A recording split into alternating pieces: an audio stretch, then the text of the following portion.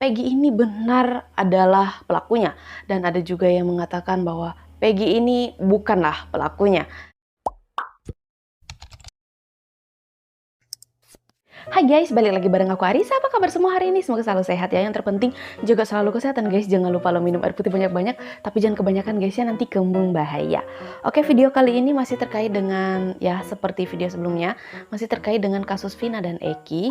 Dan di sini aku mau ajak teman-teman untuk melihat satu video ini tentang Rasman ngeyel tuduh Peggy. Oke. Oke, aku yakin teman-teman pasti sudah ada yang melihat videonya seperti apa, dan seperti biasa di video aku kali ini, aku masih mau ajak teman-teman untuk melihat kembali. Jadi kita langsung gas ke videonya. Saya makin yakin dugaan kuat saya, Peggy adalah pelakunya. Itu dalam pikiran saya. Seglowing apapun, biasanya polisi senior itu pasti menemukannya karena pertama, walaupun bibir disulam, hidung dimancungin, alis dibentuk berbeda, seglowing apapun, tetap skin mata akan ditemukan oleh pihak kepolisian. Saya contoh, tahun lalu, screenshot terakhir video call dengan seseorang. Saya bawa ke Polda Metro Jaya. Tidak berlangsung lama loh, hanya beberapa menit dan beberapa detik itu langsung ketemu identitasnya. Dicocokkan pula dengan ijazah dan akte kelahirannya, akan kedapatan keluarganya. Gitu loh. Ini seakan-akan Hotman Paris melindungi seseorang juga, dia yang mengangkatnya, kemudian dia pula yang melindunginya. Ini yang saya aneh ya dari analisis saya.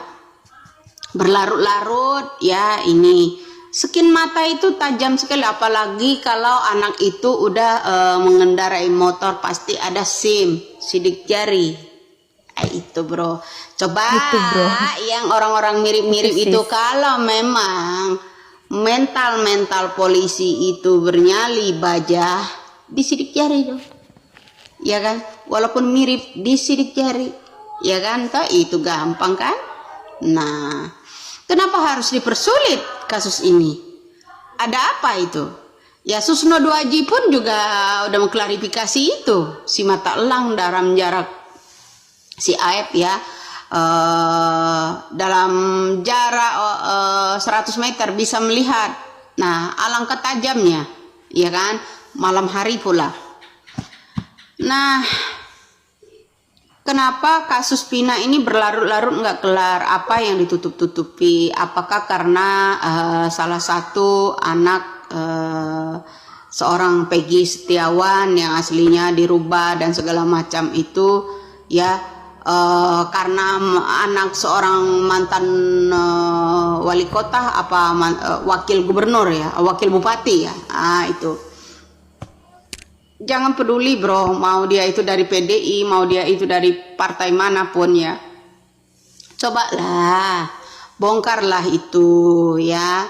Kenapa harus ditutup-tutupi gitu. Saya yang ada kejanggalan saya ini Hotman Parisnya, di belakang banyak mimi-mimi orang yang merasa ketakutan, termasuk ibunya Peggy Setiawan itu.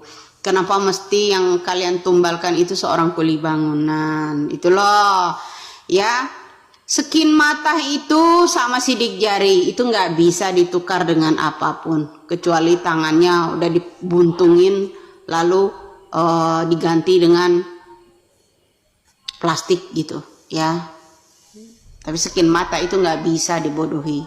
Ya orang pasti tahu orang itu tempat tinggalnya di mana, anak siapa pasti tahu. Itu salah satu nama teman saya tadi yaitu SSSS Koco yang dari Polda Metro Jaya. Itu nggak lama waktunya kok, langsung tahu identitasnya ada di mana, anak siapa langsung tahu. Ya, jadi kok kasus Vina seorang Peggy Setiawan aja sampai kocar kacir, sampai netizen juga diterbitkan. Aduh Gusti, polisi macam apa yang sekarang ini ya Allah ya. Saya itu bukan yang ada teman-teman saya di Intel di Bandung juga ada, di Bali juga ada ya. Ya, Sumatera Selatan juga ada. Makanya saya kebingungan ya. Bingungnya kenapa? Kok bisa polisi menutupi itu gitu. Ya maaf ya Mas Kocoh ya. Jadi aku agak menyebutkan nama Anda karena kinerja Anda juga sangat terbaik ya di Polda Metro Jaya. Salam waras, salam NKRI. Percayakah Anda sekarang kepada polisi yang telah mengungkap kasus ini? Saya nggak tahu Bapak ini berpihak sama siapa. Sekarang saya pertanyakan, percayakah Bapak ini terhadap Peggy Setiawan? Apakah betul Peggy Setiawan sebagai pelaku yang sebenarnya? Itu Bang Oto Hasibuan ya bilang. Peggy Setiawan bilang dia tidak bersalah waktu konferensi pers polisi. Nah, itu harusnya dipertanyakan, ditanya kenapa dia bilang dia tidak bersalah, dicari buktinya. Dan dia mempunyai alibi yang kuat. Ada beberapa orang saksi yang menyatakan dia tidak berada di tempat kejadian. Itu sudah bisa menjadikan alibi bahwasanya dia bukan tersangka. Sekarang sudah dijadikan tersangka kan? Terus waktu konferensi pers pihak kepolisian, barang bukti apa yang diletakkan sebagai bukti bahwasanya dia Peggy Setiawan melakukan tindak pidana kejahatan? Buktinya cuman ijazah kertas-kertas. Itu tidak bisa dijadikan barang bukti. Itu sebagai identitas. Seharusnya kalau tindak pidana harus ada barang bukti. Ini barang buktinya nih, bahwasanya dia melakukan tindak kejahatan sampai menghabiskan nyawa orang. Ini buktinya. Bukan cuman ijazah. Ijazah tak bisa jadi barang bukti untuk tindak pidana tindak pidana yang telah menghilangkan nyawa orang.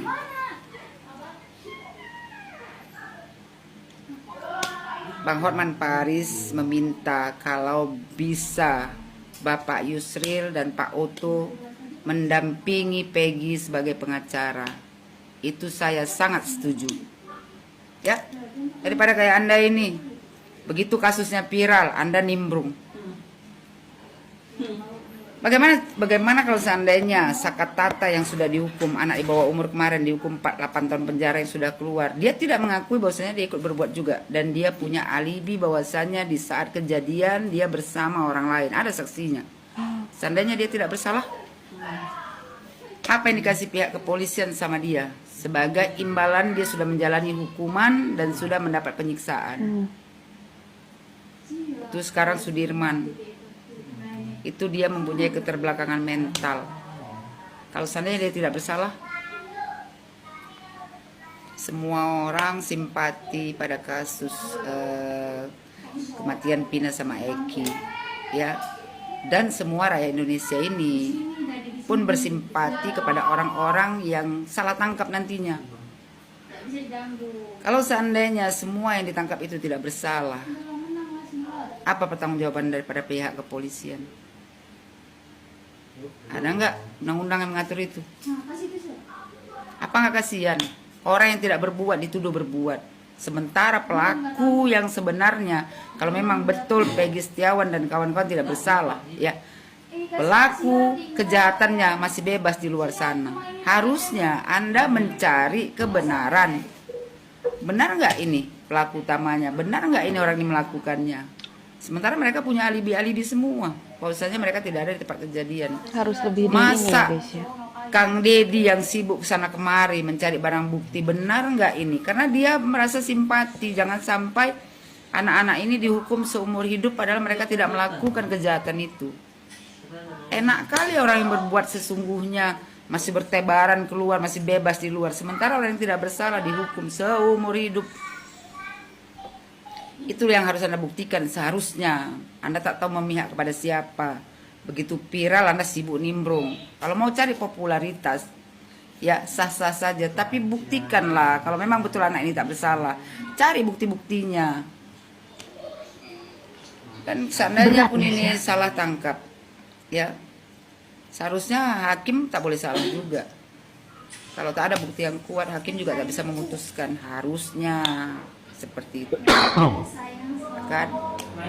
Ya, buat Bapak yang bertanya, Bapak bertanya dulu ke diri Bapak. Bapak berpihak kepada siapa? Kalau memang berpihak kepada kebenaran, Bapak cari dulu kebenarannya. Tanya tuh sama orang-orang yang mau bersaksi bahwasanya si Peggy Setiawan itu ada bersama mereka di saat kejadian. Kayak Saka Tata, dia juga punya alibi. Anda bertanya lah kayak Kang Deddy tuh, kan bagus. Daripada sibuk sedikit konferensi pers, tahap apa? Anda ini mau cari popularitas mau cari popularitas. Sementara orang yang ditangkap, ya kalau seandainya dia betul, memang dia pelakunya, hukumlah seberat-beratnya menurut hukum di undang-undang di Indonesia. Tapi kalau seandainya dia bukan pelakunya, cepat-cepatlah kau tuntaskan, kasih dia keluar, cari pelaku utamanya. Enak kali lah kakak ini ngomongnya. Yang enak kali pelaku utamanya, seandainya Suka kali Peggy aku Setiawan dengarnya. bukan pelakunya, ya pelakunya masih bebas di luar sana. Itu tugas Anda untuk mencarinya. Ini beberapa hal ganjal yang bisa jadi bahan pengacara untuk membebaskan Peggy dari tuntutan di kasus ini. Pertama, motor smash yang disita polisi untuk menggeledah rumah Peggy 2016 silam itu tidak ada disebutkan pada surat putusan pengadilan yang mendakwa 7 tersangka sebelumnya. Padahal harusnya jika menjadikan Peggy TPO untuk menyeret Peggy di kasus ini, motor smash itu harusnya jadi pintu masuk. Kedua, Peggy disebutkan berperan membopong Vina dari jembatan ke tempat TKP pemerkosaan dibonceng oleh Rivaldi. Padahal Rivaldi ini sepertinya tokoh yang dipaksakan masuk ke dalam skenario pembunuhan. Karena awalnya Rivaldi ini ada di kasus yang berbeda, yaitu membawa senjata tajam. Hanya saja dia satu sel dengan 7 orang yang ditangkap oleh Pak Rudiana. Tidak tahu kenapa tiba-tiba dia masuk ke dalam kasusnya Vina ini. Walaupun Rivaldi adalah yang terlihat paling problematik di antara 9 tersangka ini, tapi bisa jadi sebuah pertanyaan apakah benar Peggy dan Rivaldi saling mengenal sebelumnya. Mengingat si Rivaldi ini berada di kasus yang berbeda pada saat pertama kali masuk ke dalam sel polsek. Ketiga, saksi AEP ini terlihat sangat meragukan dan juga ditambah dari status Facebooknya Peggy dan juga selip gaji menyatakan bahwasanya Peggy pada bulan Agustus berada di Bandung, bukan ada di Cirebon. Which is sepertinya Peggy yang dimaksud pada kasus Vina ini berbeda dengan Peggy Setiawan yang merupakan buruh bangunan yang sedang bekerja pada. Seperti biasa guys ya, banyak sekali pendapat netizen terkait dengan kasus Vina dan Eki. Ada yang mengatakan bahwa Peggy ini benar adalah pelakunya, dan ada juga yang mengatakan bahwa Peggy ini bukanlah pelakunya. Terlepas dari hal itu ya, kita serahkan saja semuanya ke pihak kepolisian gitu untuk menyelidiki kasus ini, karena nanti juga pasti bakal kelihatan gitu guys ya, seperti apa gitu dan siapa pelaku sebenarnya, cerita sebenarnya seperti apa gitu ya. So kalau menurut kalian gimana nih video yang barusan kita lihat? Coba ketik-ketik di kolom komentar. Aku juga ucapin terima kasih banyak buat teman-teman yang sudah setia bersama Arissa Sebastia, selalu ngikutin aku. Kayaknya sekian dulu video dari aku. Sampai jumpa di video selanjutnya guys. Bye.